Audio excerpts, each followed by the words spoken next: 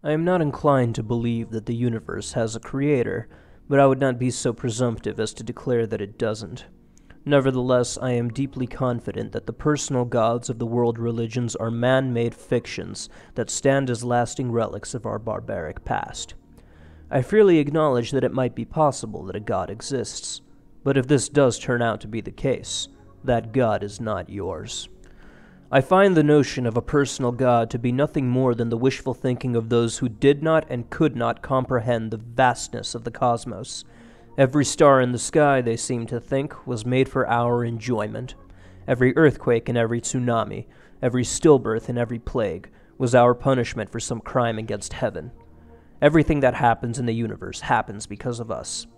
This is simply not a mindset that I can adopt, and part of the reason for this is that unlike the religious, I am not compelled to attribute everything to a motivated causal agent. Many of them protest that this is because of a bias towards materialism, but I contend that there is no viable alternative. That every philosophical objection to materialism is nothing more than an assault on some aspect of our knowledge, like information or the human mind, that we don't yet have a complete understanding of. To this effect, every attack on materialism has amounted to nothing more than arguments from ignorance. I don't think that there are any viable alternatives to materialism, and to explain why this is so, consider the simplest of all the chemical elements. That is to say, the element with the fewest components. Hydrogen's structure and behavior is most explicitly described in terms of quantum mechanics. What you are looking at is a mathematical derivation that partially gives this description. You'll notice that there's a certain caliber of detail and sophistication that is met. This is reasoning in its purest and most elegant and refined form, a harmonious symphony of mathematical determinism. If there is such a thing as truth, then this must be what it looks like. If there is such a thing as God, then this must be his face. Those who attack materialism will assert that the universe can be better explained in terms of the supernatural. But what are these explanations? Where are the calculations and the derivations that suggest that there's more to reality than the material? Where are the experiments that suggest that an immaterial realm exists? All that the dualists have at their disposal are platitudes and emotional banalities. The religious go even farther.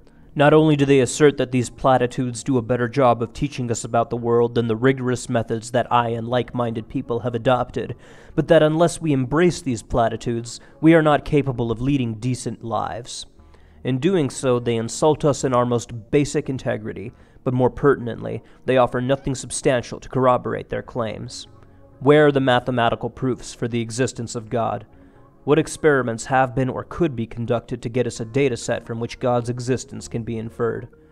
The only indicators of God's existence are the limp and flaccid platitudes of apologists, the cliché and inconsequential personal accounts of the credulous, and the edited and translated ancient texts of which there are as many interpretations as there are believers.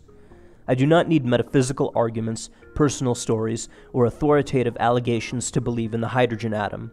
I have mathematical derivations that predict the details of hydrogen structure and behavior, and I have experimental results that vindicate the accuracy of these predictions. Why is it that hydrogen can meet these standards of verification, but God cannot? Why can't God compete with hydrogen? Aside from this glaring problem, I simply see no compatibility between the real world and the gods of ancient scriptures. A being sophisticated enough to create the hydrogen atom, much less the myriad more complex structures that use this model as a basis, nevertheless chooses to communicate with us in one of the most primitive manners possible. Revelation to specific individuals at specific times, and the subsequent authorship of allegedly divine books, books which contain such trivialities as which days of the week one is allowed to gather sticks, or how many foreskins a warlord in ancient Palestine used to buy his wife.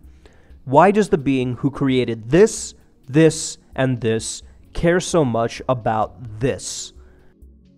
I have seen the architecture of the universe, and I have seen the superficial and lazy thinking of primitive people, and it's clear to me which more closely resembles the alleged word of the divine.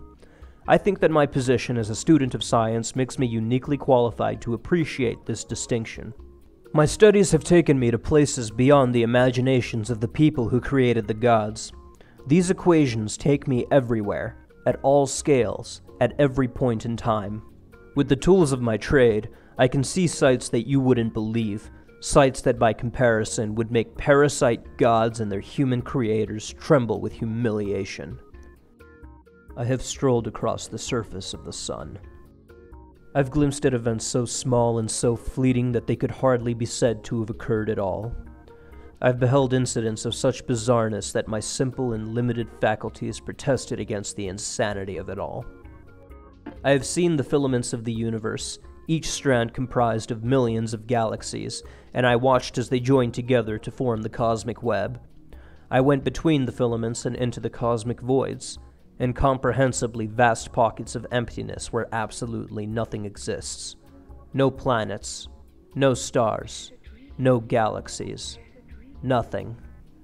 I have wandered across these endless miles of unimaginable silence and darkness. I witnessed the birth of the universe as it crawled out of its fiery womb, and I held its hand as it died from the entropy that consumed it. I watched as the dark and cold corpse of the cosmos faded away until the last black hole evaporated, leaving one final particle of light, the lonely photon, to traverse the infinite emptiness until the end of time. I've seen trillions of worlds born from fire and trillions of others freeze into oblivion. I've been cradled by the intimate apathy of a cosmos that capriciously destroys within seconds the inconceivably vast monuments that have taken countless eons to build. I have seen things you wouldn't believe, observed things I will never understand. I have walked in places where the laws of physics were devised by the mind of a madman. And through it all, I'm meant to believe that the Creator is a personal being who loves me and wants me to live in a certain way. A being whose interest in what I do with yeast, baby goats, and agriculture borders on the obsessive.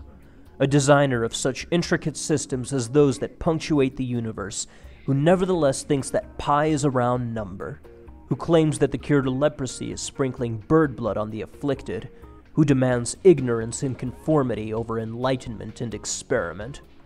I cannot believe that the architect of the most sophisticated structure I've ever seen would dictate such trivialities as what I can eat and what I can wear, when I must pray, to whom I must pray, and in what direction, who I can share a bed with, under what circumstances, and in what position, what I'm allowed to say, and who I'm allowed to say it to, what I'm allowed to think, and how I'm allowed to feel. Arbitrary rituals and meaningless customs, trifling practices, and senseless sacrifice. If there is a God, it is not yours. Your God is too small to have created a cosmos so big, too human to have created a universe so alien, too simple to have created something so sophisticated.